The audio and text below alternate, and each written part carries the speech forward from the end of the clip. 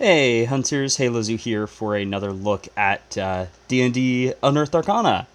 This time we're getting the Apocalyptic Subclasses, aka the Dark Sun Subclasses. So this is going to go over the first two, and then I will shortly have a video going over the other two. So we've got the Circle of Preservation, Gladiator, Defiled Sorcery, and Sorcerer King Patron.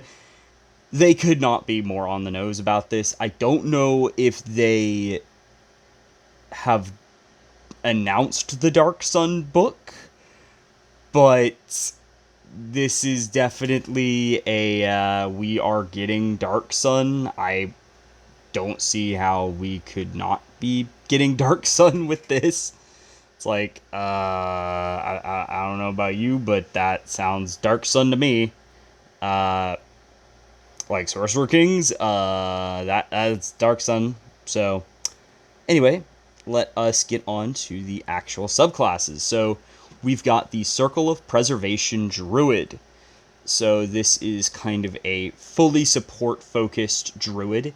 This is not like Wildfire, which you might be familiar with, or Stars, where they're more flexible. This one is support before everything else. Kind of a Dreams, but it's not terrible. It's not a healer, though. It's not fully into the healing stuff, but you already have a lot of healing, so... Or a decent amount of healing, so it doesn't matter as much. Which is nice. It's not the Life Cleric, you do one thing and that's it. It's a more generalist support, which is pretty nice. But then we get to their circle spells. So... I still hate how these are laid out. I really wish they would update this. I hate it. But anyway, for the first rank spells, we have Bless and Sanctuary. Sanctuary isn't amazing, but it's an off-list spell, so I'll take it. Bless is nice. And it is nice that it's like, oh yeah, here's 2 cleric spells Druids don't get, so we're going to give them to you now. They also get Lesser Restoration and Protection from Poison at 2nd rank. So these are both on the Druid list, but overall I think it's ultimately fine, as they're still decent spells to have in your back pocket as free spells, as it gives you more space for other utility and combat spells. Then we've also got 3rd rank, Beacon of Hope and Plant Growth, which Beacon of Hope is a nice off-list spell. Plant Growth, it's nice to have at least as a spell you can get for free. Once again, freeing up space, since 3rd rank is actually kind of stacked for Druid. So that'll give you more versatility there, which is actually nice to see. So then we get 4th rank, so they get Aura of Life and Death Ward. So once again, 2 spells that are off list, which is decent utility. Neither is necessarily the most amazing thing in the world, but having it for free is pretty nice at least. Then we get, at 9th rank, Greater Restoration, which having it for free is decent enough. Part of me probably would have preferred Raise Dead, but you do already get access to Revivify, so it's not the end of the world. And then you also get Hallow as a new off-list spell. It's not the most amazing thing to have in your back pocket, but it's there. You can have it at least as a free spell. So I think it's a fine list. It's nothing amazing, but it's also got a lot of utility behind it, which is actually nice. Not everything needs to be a bunch of exciting spells when it's a bunch of spells that, hey, you get these for free, which is honestly great for these spells. Like, having to prepare protection from poison is always kind of annoying. It's like, do I really want to prepare this? So having it for free is actually really nice as a way to say, yeah, you can just protect people from poison. If it's like, oh yeah, we're going to face some venomous snakes today, it's like, oh yeah, I've got that already. So it's nice stuff to have in your back pocket in case you need it, even if normally it's not the most exciting thing in the world. So I think it's actually a good spell list. It's not exciting, but that's not what makes it good. It's got good utility, which is awesome for this. Then we've got Preserved Land. So this is their wild shape use. So they have this ability that lets them, as a bonus action, use wild shape, make a 15-foot cube in 120 feet of you, lasts for a minute or until you're incapacitated, move too far away, or you die. And when a creature in it starts their turn there, you can bolster or purify them. So bolster gives them 1d4 plus druid level temporary hit points, and purify ends the frightened or poisoned condition. And you can also use a bonus action later to move the cube 30 feet. So, yeah, bolster and purify are kind of absurd. And keep in mind, this is just free. You don't do anything to do either of these. And it's an amount of temporary points that scales to be a pretty sizable amount that will drag out fights and make it where you're just not going to die forever. And purify is just, oh yeah, turns out protection from poison is completely irrelevant because purify is so absurdly powerful. It's like, what? So yeah, you just can't be frightened or poisoned for the most part. Now, granted, it is end its turn, but still, being able to say, oh, you got poisoned, not anymore, that is pretty absurd when you consider how much you get from it. So, yeah, that might have to be nerfed. It might be a bit too good. I think the bolster temporary hit points could be more, you add your wisdom modifier, and then the number of dice scales with cantrips. And then maybe make purify like, oh, you have, you get to make an extra saving throw against it. Or you have advantage on the saving throw against it or something. I don't know. But it's basically, as it is right now, it's like, okay, that's very powerful and good. Then we get Student of Preservation. So this is an interesting feature because of what it does. So what it gives you essentially is... So first off, I'm actually going to start at the end with tool proficiency, so you get an artisan tool. Now, its other effect, frugal casting, is kind of weird.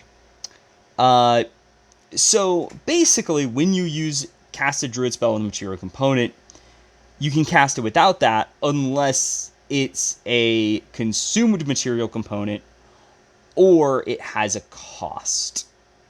So basically, the two things that actually you would want that ability for. It's like, I would rather have that. I already don't really care about material components that aren't consumed or cost anything. Like, you just have a staff and do that. So it's kind of weird, but I guess there will be corner cases where it does come up. The other part, however, is pretty silly. So when you would use a consumed component, there's a 10% chance it's not consumed. So my immediate nitpick here is that I would love if they specified what you roll and what you need to get. As it stands, you could technically say, oh, I'm rolling a D100, but if I roll a 46 to 55, I succeed. Like, there's nothing stopping you from rolling whatever the heck you want. As long as it's like, well, there's technically a 10% chance this happens. But the chance to not consume the component, that's pretty awesome. You don't use costed component spells that often, or at least consumable ones. But getting a free Revivify 10% of the time is awesome. And will probably be very helpful in the long run, as it's not going to happen all the time, but when it does, it's cool. It's not much, but hey, it's a flavor feature. And getting tool proficiencies is nice. As a way to kind of be like, oh yeah, you can preserve people's armor as well now. So then we go over to level 6, where we get improved preservation. So we got fortified protectors. While in the cube, you and your allies have plus whiz to con saves specifically. So basically, anything that would... So con saves are pretty common, so this isn't terrible. It's not as good as it could have been, but also not as overpowered as it could be. If you have a paladin, though, yeah, maybe this should not stack with paladin auras. Because in the right party, that is going to be the most annoying thing in the world, where it just shuts down doing anything constitution-based. But as it is on its own, I think it's fine. It's just... maybe it should have a clause that says it doesn't work with Paladin Aura, or Aura of Protection. Just as a, yeah, let's not have people stack that. Then we get Reject Desecrators. So, whenever your cube enters a creature's in enemy space, or an enemy enters the cube or ends their turn there, once per turn, it has to make a whiz save or take 2d10 radiant damage and have its speed halved. And they take half damage on the success. So, yeah, you just passively damage enemies with your cube now. It does have a bit of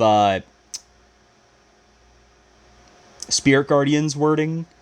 And I would like that if it specified when it's created, enemies in it take the damage. But, as it is, it's a nice addition. Might need to be careful about the wording and how that ends up playing. But, as it is, I think it works out fine. It's a nice addition. Helps make your zone even more powerful. Then at level 10, we get Facilitated Restoration. So you can cast Lesser Restoration or Greater Restoration without a spell slot or spell components, so you can free cast Greater Restoration. And you can do this whiz times per day, regaining uses on a long rest. This is very nice, though I do feel kind of bad. It's like, oh yeah, instead of casting Greater Restoration, I have to cast Lesser Restoration. Yay. So I do think maybe they should have the uses of the two spells split. But as it stands, it is nice to be like, oh yeah, whiz times per day, you can remove whatever condition you want. And it's all for free. This does mean frugal casting is less useful. Excuse my whippet. Sorry about that, I had to shush the whippet. But anyway, it's a nice feature. It's a bit weird that it's like, oh yeah, you have a spell that's way more valuable, but oh well. So, like, maybe split the uses... But other than that, as it is, it's fine, though. Then level 14 is kind of a dud with Sacrosanct Land. So, the size of the cube created by Preserved Land is now a 30-foot cube. And when a creature is hit by an attack roll, you can use a reaction to halve the damage. Okay. Kind of just there. The reaction's nice and all, but... It is what it is, you know? So, there is that. So overall, I think Circle of Preservation, it's nothing exciting to me. I certainly like this better than the old Circle of Dreams. Like, seriously, I mean, that one... it was bad. Sure, its initial ability was nice, but that was all it had going for it. It's a support build that actually has interesting stuff and doesn't have just flavor stuff thrown in. So up next, we get to the Gladiator Fighter. So this one, we start off with Brutality. So basically, charisma times per day between a short or long rest.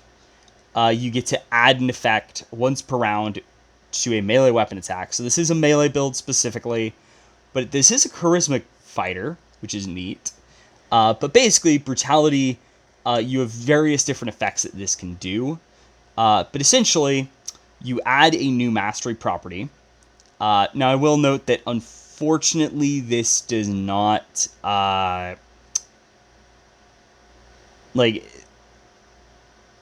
it doesn't care if you already have that property. So it is kind of sad if it's like, well, if you're using a sap weapon and then use bleed, you get just sap. So it doesn't stack or anything, which is kind of unfortunate, but oh well. But anyway, there's also a different effect, so let's go over the first three you get. So you start with Bleed, which has the sap mastery, as I mentioned, and it does plus charisma damage.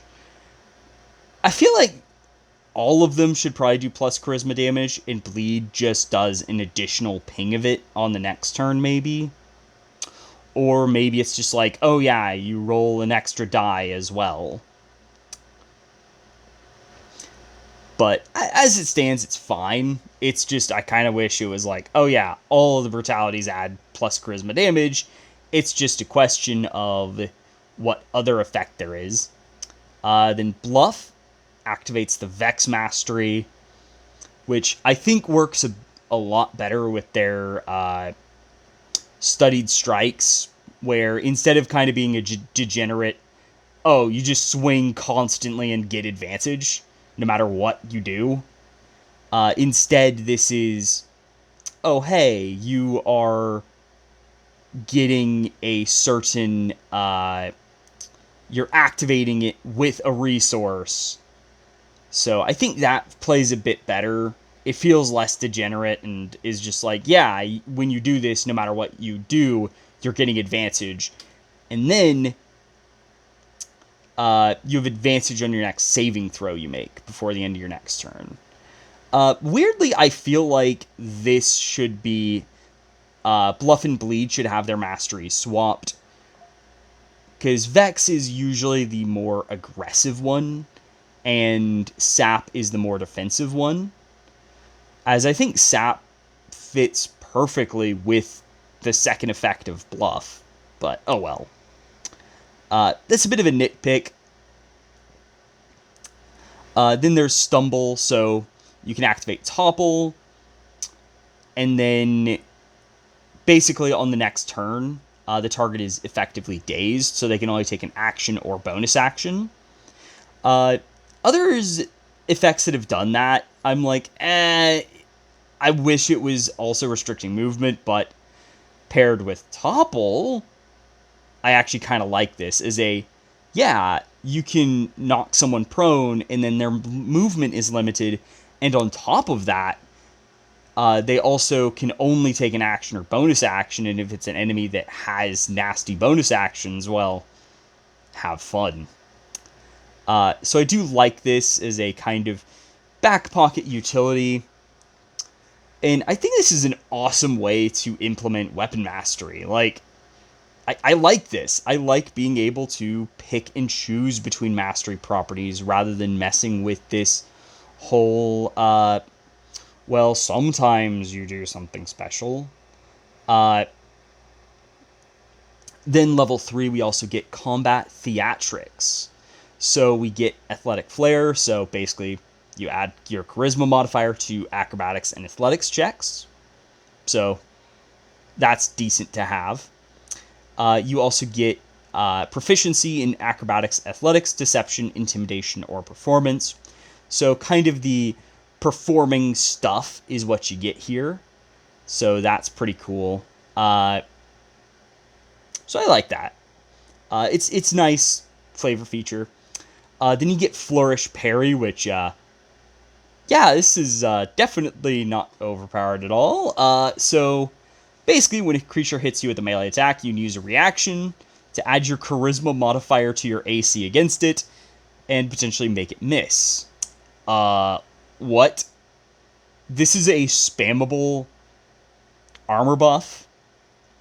So you could hypothetically just constantly give yourself 25 AC. Whose idea was this? Because this is absurd. This definitely needs limited uses. And then the second part, basically, if the reaction causes an attack to miss, you can retaliate as part of the reaction. And so you basically just make a melee attack against them. And you can use a brutality effect for free. And then you can use this counterattack once per long rest, but you can use second wind uses instead to reuse it. I think I would just have the whole feature linked to that limited use, just to keep it from being, oh yeah, without accounting for magic armor and stuff, you have 25 AC effectively. And even if it is, like, it's just against one attack, it's like, oh, you hit me, bam. It's still pretty absurdly powerful.